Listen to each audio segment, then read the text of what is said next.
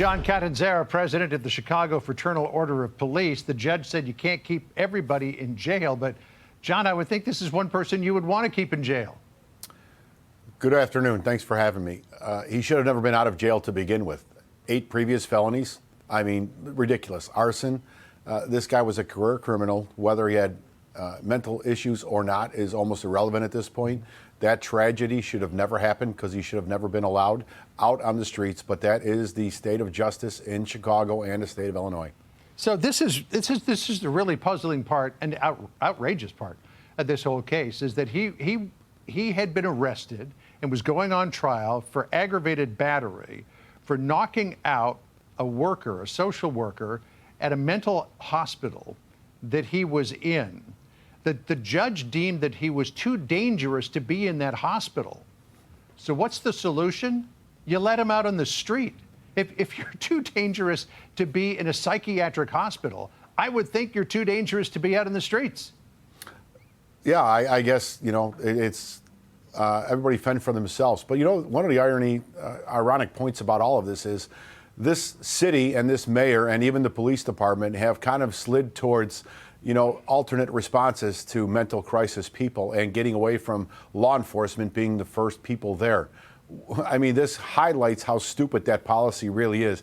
These people in crisis are very violent offenders, and civilians, untrained and unprepared, are going to sadly be the victims more and more frequently as we go deeper down this rabbit hole of alternate response to these crises. So he was on an ankle monitor, and my understanding of the case is that he was initially fairly restricted to having to be at home, and then some judge relaxed that a little bit, but he was still not allowed to be out at night. And this horrific incident that he has now been charged with in the Chicago Transit Authority train apparently happened at 9:45 at night. And my question is, if he's wearing an ankle monitor, he's not at home, and it's 9:45 at night, who was monitoring the ankle? Well, that kind of got transferred to the chief judge away from the Cook County Sheriff's Office, which was not doing a phenomenal job to begin with.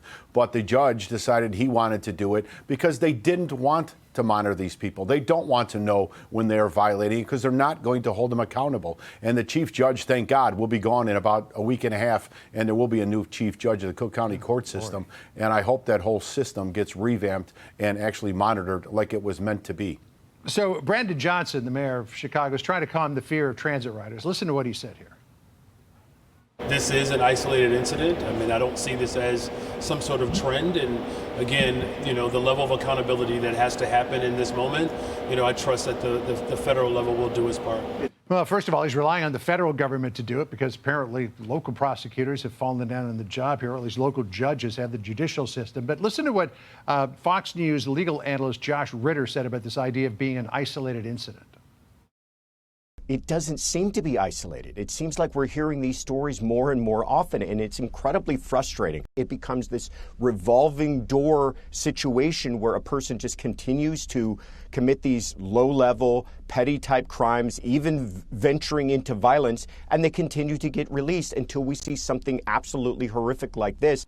You know, John, it's this escalatory cycle. It starts small, they go in, they get out, they do something worse, they go in, they get back out again, and if they've got mental illness, one day we're going to see something like this or see what happened in Charlotte or anywhere else across this country.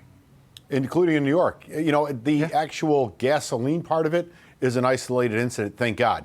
But the violence, the random violence of people just thinking they can attack anybody is not new. It is absolutely in this city. And the Cook County State's Attorney has done a phenomenal job since we have gotten rid of Kim Foxx in prosecuting people and sending a message. You know, major crime is down, but these people are still roaming the street consistently. And this mayor makes excuses for everybody. And in the press conference he had yesterday specifically to this incident, he had to read from a script because he can't say anything negative about a black or brown offender because that's all he ever does is talk about race. And when it's a black or brown offender, he has to be very careful about not, you know, aggravating his base by saying something negative. He loves criminals, he hates the police, and he hates the concept of law enforcement.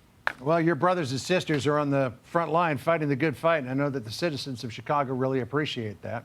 The elected officials, that's another story.